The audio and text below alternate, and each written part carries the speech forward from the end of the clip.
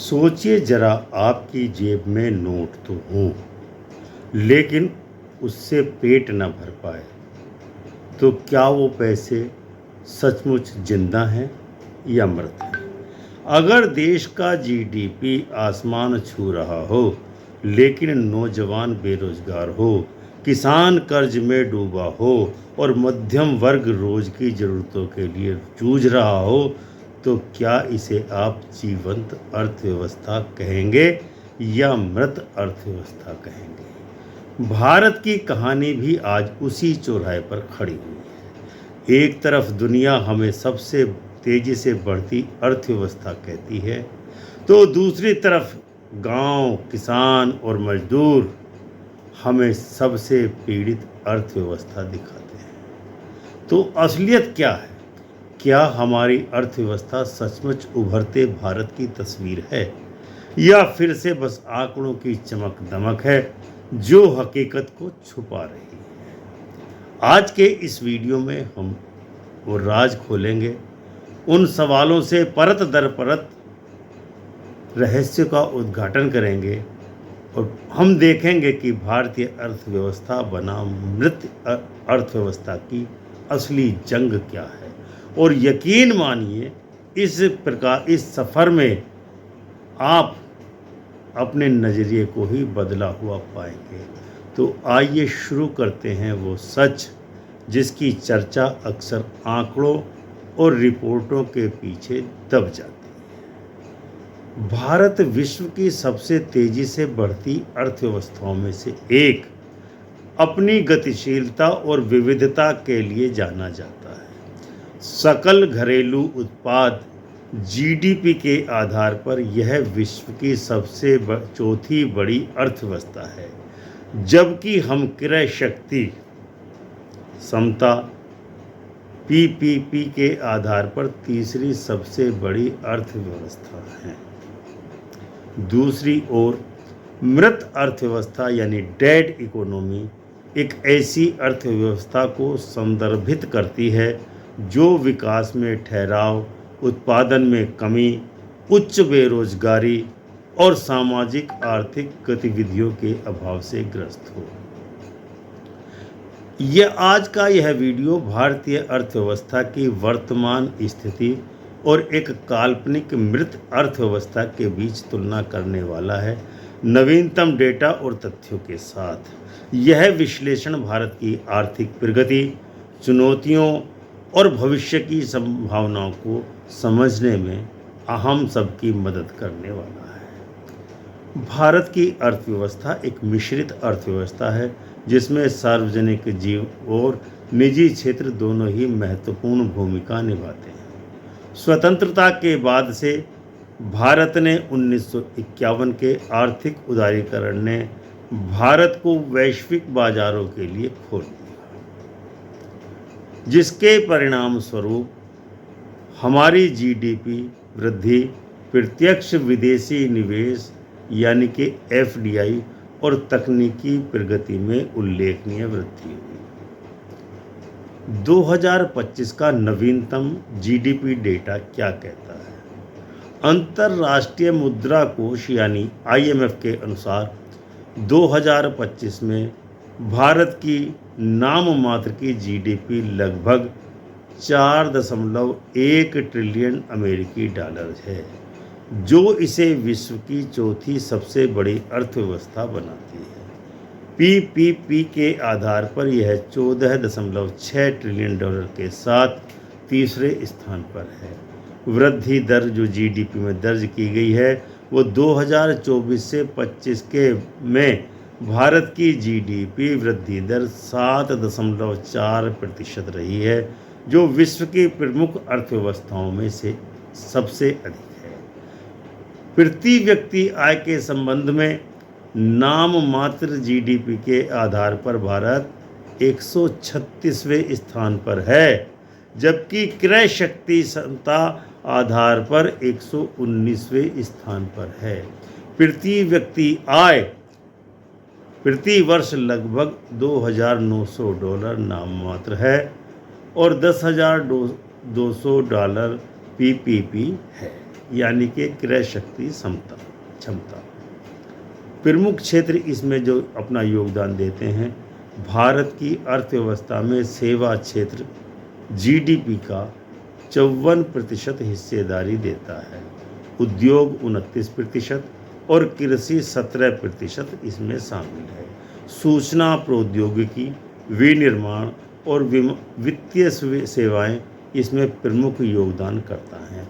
भारत का निर्यात 2024 में $770 बिलियन तक पहुंचा, जिसमें सॉफ्टवेयर, पेट्रोलियम और वस्त्र उद्योग शामिल है। बेरोजगारी की स्थिति 2024 में शहरी बेरोजगारी की जो दर थी वो 6.7% थी, जबकि ग्रामीण क्षेत्रों में यह 5.3% थी। मुद्रास्फीति के बारे में जब हम विचार करते हैं तो आरबीआई के अनुसार 2024-25 की पहली तिमाही में मुद्रास्फीति 6.2% थी, जो 4% के लक्ष्य से बहुत ज़्यादा है। अब भारत की ताकत क्या है इस अर्थव्यवस्था के तौर पर? भारत की 1.45 बिलियन जो जनसंख्या है वो 2023 में विश्व में प्रथम है, यानी कि हमारा देश आबादी के मामले में पूरी दुनिया में नंबर 1 पर है, जिसमें से 65% से अधिक लोग 35 वर्ष से आयु के कम के हैं, जो युवा कार्यबल प्रदान करता है, यानी कि 65% लोग हमारे देश के युवा हैं। इसके अलावा डिजिटल क्रांति जो हुई है, आधार, यूपीआई और डिजिटल इंडिया ने कैशलेस अर्थव्यवस्था को बढ़ावा दिया है और 2024 में यूपीआई लेन देन 120 बिलियन तक पहुंच चुका है।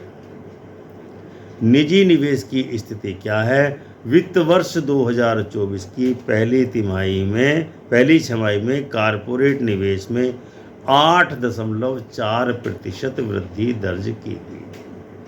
बुनियादी ढांचा सरकार ने 2024-25 में 11.1 लाख करोड़ रुपए के बुनियादी ढांचे में निवेश किया है, जिसमें सड़क, रेल और बंदरगाह व अन्य निर्माण शामिल है।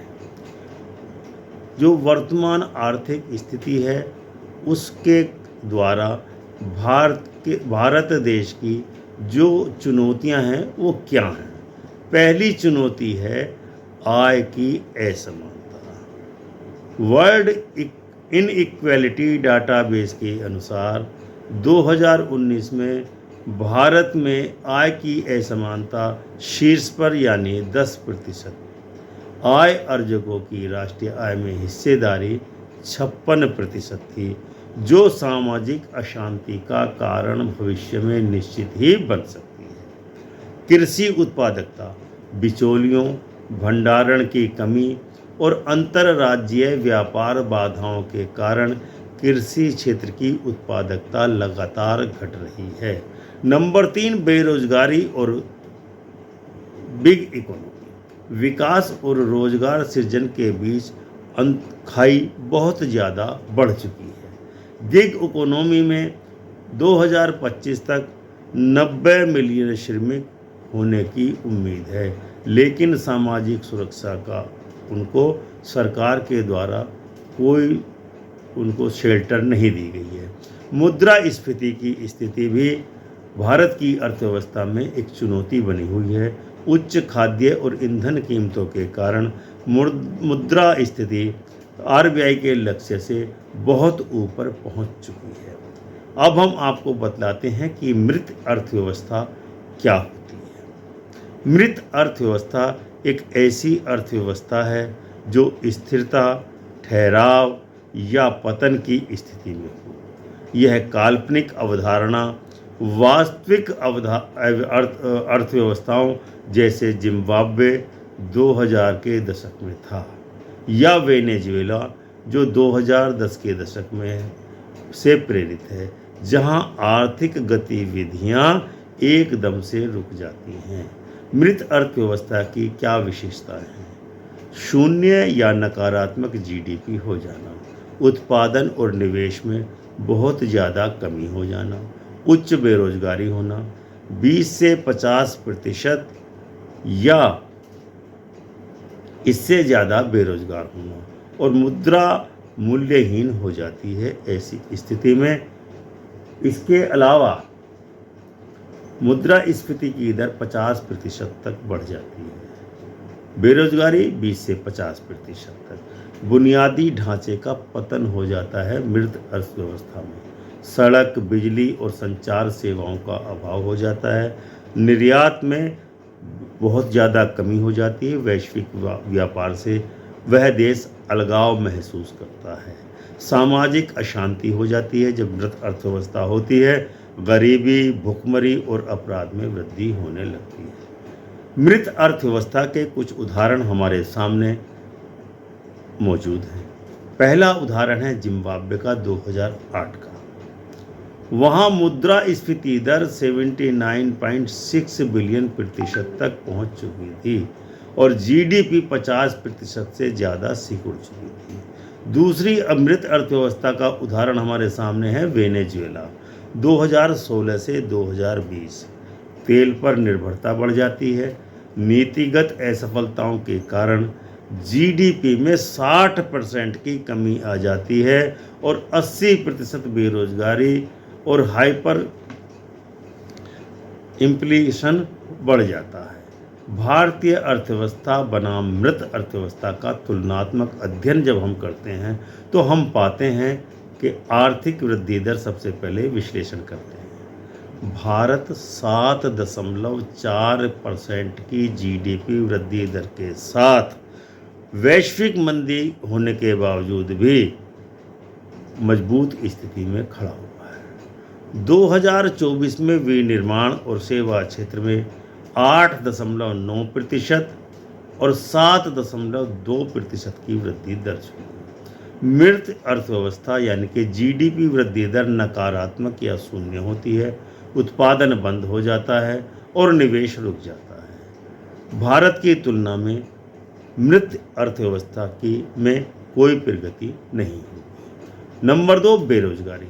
भारत में बेरोजगारी दर 6 से 7% के आसपास है, लेकिन गिग इकोनॉमी और स्टार्टअप 2024 में 1 लाख से अधिक स्टार्टअप रोजगार सृजन में अपना योगदान दे रहे हैं, जबकि मृत अर्थव्यवस्था में बेरोजगारी दर 20 से 50% तक हो सकती है, क्योंकि उद्योग धंधे बंद हो जाते हैं और नौकरियां गायब हो जाती हैं। भारत में नीति आयोग की योजनाएं और स्किल इंडिया जैसे कार्यक्रम इस स्थिति को रोकने का कार्य करते हैं। नंबर 3, मुद्रास्फीति। भारत 2024-25 में मुद्रास्फीति दर के साथ 6.2% के साथ खड़ा था, जिसे आरबीआई की मौद्रिक नीतियों ने रेपो रेट दर 6.5% के माध्यम से नियंत्रित कर रखा है। जबकि मृत अर्थव्यवस्था में हाइपर इन्फ्लेशन 50% प्रति माह से अधिक मुद्रा को बेकार कर देता है। भारत की तुलना में मृत अर्थव्यवस्था में मूल्य अस्थिरता असंभव होती है। नंबर 4, बुनियादी ढांचा। भारत 2024-25 में 11.1 लाख करोड़ रुपए के निवेश के साथ भारत में ने सड़कें, प्रधानमंत्री ग्राम सड़क योजना, रेल योजना, अमृत भारत स्टेशन योजना और डिजिटल बुनियादी ढांचे में भी काफ़ी प्रगति की है। जबकि मृत अवस्था में बुनियादी ढांचा पूरी तरह ध्वस्त हो जाता है। बिजली और संचार की सेवाएं बंद हो जाती हैं। भारत की तुलना में मृत अर्थव्यवस्था में विकास रुक जाता है। सामाजिक स्थिरता किस प्रकार की रहती है? भारत में आय असमानता शीर्ष 10% की 56% आय है, हिस्सेदारी है और सामाजिक अशांति के मुद्दे हैं, लेकिन सरकार की योजनाएं, प्रधानमंत्री किसान सम्मान योजना, आयुष्मान भारत देश के नागरिकों को सामाजिक सुरक्षा प्रदान करती है, जबकि मृत अर्थव्यवस्था में सामाजिक अशांति, अपराध और भुखमरी आम है। भारत की तुलना में मृत अर्थव्यवस्था में सामाजिक ढांचा पूरी तरह से टूट जाता है। नंबर 6, वैश्विक स्थिति। भारत वैश्विक मूल्य श्रृंखलाओं में एकीकृत है और विशेष रूप से सॉफ्टवेयर और फार्मास्यूटिकल्स में 2024 में FDI $80 बिलियन से ऊपर पहुंच गया था, जबकि मृत अवस्था में वैश्विक व्यापार से पूर्ण अलगाव हो जाता है, कोई FDI नहीं आता है और निर्यात में भारी कमी हो जाती है। जबकि भारत की तुलना में मृत अर्थव्यवस्था विश्व मंच पर अप्रासंगिक हो जाती है। भारत की प्रगति के पीछे क्या कारण है जो भारत आज भी इतनी बड़ी इकोनॉमी बना हुआ है? नंबर 1, नीतिगत सुधार। 1991 में के उदारीकरण के बाद GST 2017 में लाया गया। मेक इन इंडिया और डिजिटल इंडिया जैसे सुधारों ने भारत को वैश्विक स्तर पर निश्चित ही मजबूत किया है। डिजिटल परिवर्तन, आधार और UPI ने वित्तीय समावेशन को बढ़ाया है। 2024 में 80% से अधिक लेन देन डिजिटल में थे। नवाचार, 2025 में भारत में 1200 यूनिकॉर्न और स्टार्टअप थे जो तकनीकी प्रगति को भारत की निश्चित ही दर्शाते हैं। नंबर 4, सरकारी योजनाएं। प्रधानमंत्री किसान सम्मान योजना, किसानों को 6,000 रुपये वार्षिक रूप से प्रदान करना। मुद्रा योजना, जो नए स्टार्टअप को लोन प्रदान करते हैं, ऋण प्रदान करते हैं। और स्टार्टअप इंडिया में अधिक समावेशन को बढ़ावा देना। मृत अर्थव्यवस्था के कारण क्या क्या होते हैं? नीतिगत असफलता, गलत आर्थिक नीतियों जैसे अत्यधिक मुद्रा छपाई, हाइपर इन्फ्लेशन को जन्म देती है। नंबर 2, संसाधन निर्भरता। एकल संसाधन जैसे वेनेजुला में तेल और पर निर्भरता बहुत ज़्यादा बढ़ गई, जो वैश्विक मांग में कमी से ढह जाती है। संस्थागत पतन, भ्रष्टाचार, कमज़ोर शासन और कानून व्यवस्था में कमी हो जाती है। नंबर 4, वैश्विक अलगाववाद, प्रतिबंध या नीतिगत गलतियां वैश्विक व्यापार को उस देश के साथ करना बंद कर देती हैं। भारत की जो अर्थव्यवस्था है उसको मृत अर्थव्यवस्था बनने से बचाने के क्या क्या उपाय हैं? आय असमानता कम करना, प्रगतिशील कराधान और सामाजिक योजनाओं को मजबूत करना। नंबर 2, कृषि सुधार, भंडारण, लॉजिस्टिक और न्यूनतम समर्थन मूल्य यानी MSP में सुधार करना। नंबर 3, रोजगार सृजन, गिग इकोनॉमी के लिए सामाजिक सुरक्षा और स्किल डेवलपमेंट पर ध्यान देना। नंबर 4, मुद्रास्फीति नियंत्रण, RBI की डेटा संचालित नीतियां और आपूर्ति श्रृंखला में सुधार करना। नंबर 5, निर्यात में वृद्धि करना, गुणवत्ता मानक और लॉजिस्टिक लागत में सुधार करना। इस प्रकार हम कह सकते हैं कि भारतीय अर्थव्यवस्था अपनी गतिशीलता, नीतिगत सुधारों और वैश्विक एकीकरण के कारण मृत अर्थव्यवस्थाओं से कोसों दूर है। 7.4% की वृद्धि दर, डिजिटल क्रांति और बुनियादी ढांचे में निवेश भारत को एक उभरती हुई शक्ति बनाते हैं। हालांकि आय असमानता, बेरोजगारी और मुद्रास्फीति जैसी चुनौतियों पर ध्यान देना भारत के लिए आवश्यक है।